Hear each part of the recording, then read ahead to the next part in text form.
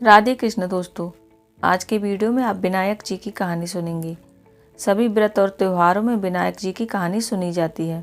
गणेश जी देवताओं में प्रथम पूज्य माने जाते हैं, इसलिए त्योहार के दिन व्रत कथा सुनने के साथ ही गणेश जी की कहानी सुनी जाती है। इससे व्रत का पूर्ण फल प्राप्त होता है। आइए कहानी शुरू करते हैं। एक बार गणेश जी छोटे से बालक के रूप में चुटकी में चावल और चम्मच में दूध लेकर निकले। वो हर किसी से यही कह रहे थे कि कोई मेरी खीर बना दो, कोई मेरी खीर बना दो। वहाँ पर एक बुढ़िया माई बैठी थी। उसने कहा, लाओ मैं बना देती हूँ। वह छोटा सा बर्तन चढ़ाने लगी तो गणेश जी ने कहा कि दादी माँ, छोटी भगोनी मत चढ़ाओ, तुम्हारे घर में जो बड़ा बर्तन हो वही चढ़ाओ। बुढ़िया माई ने गणेश जी का मन रखने के लिए बड़ा बर्तन चढ़ा दिया। वह देखती रह गई कि वह थोड़े से चावल उस बड़े बर्तन में डाले थे, वह पूरा भर गया है। गणेश जी ने कहा, दादी माँ, मैं नहा धोकर आता हूँ। जब खीर तैयार हो गई तो बुढ़िया माई के पोते पोती खीर खाने के लिए रोने लगे। बुढ़िया माई ने कहा, गणेश जी महाराज, तेरे भोग लगना।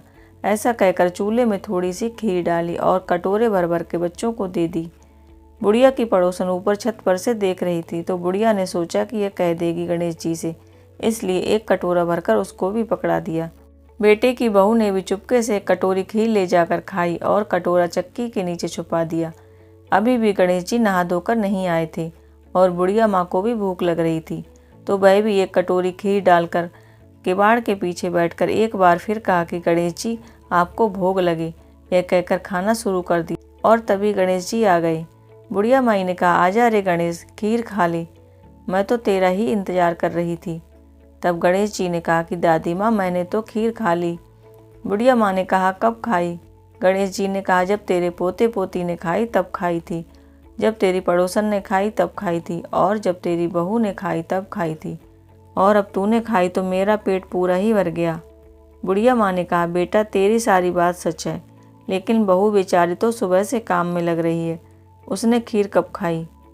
गणेश जी महाराज ने कहा कि चक्की के नीचे देखो, झूठा कटोरा पड़ा है।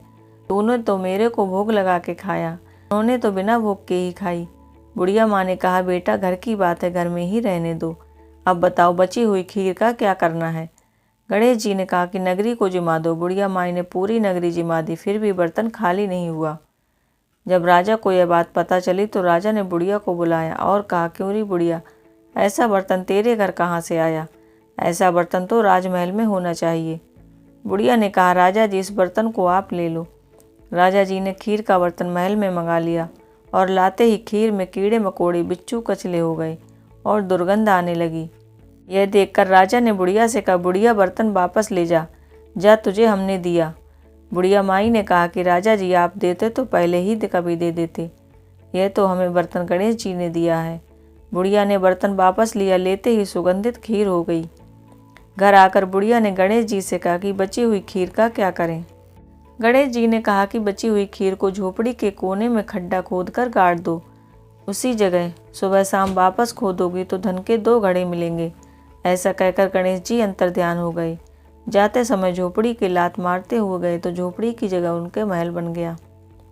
सुबह बहू ने फावड़ा लेकर पूरे घर को खोद दिया तो कुछ भी नहीं मिला। बहू ने कहा, सासू जी, गणेश जी तो झूठे हैं। सास ने कहा, बहू, मेरा गणेश झूठा नहीं हो सकता, ला मैं खोदूं।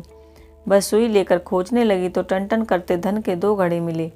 बहू ने कहा, सासू जी, गणेश जी तो सच्चे हैं। सास ने कहा, गणेश जी भावनाओं के भूखे हैं। हे गजानन गणेश जी महाराज, आपने जैसा बुढ़िया को दिया वैसा सबको देना। जो विनायक जी की कहानी सुने, कहे और हुंकारा भरे। बोलो गणेश भगवान की जय। आज का वीडियो यहीं पर समाप्त होता है। अगर आज का वीडियो आपको पसंद आया है तो चैनल को सब्सक्राइब करें, वीडियो को लाइक करें और ज़्यादा से ज़्यादा शेयर करें। राधे कृष्ण।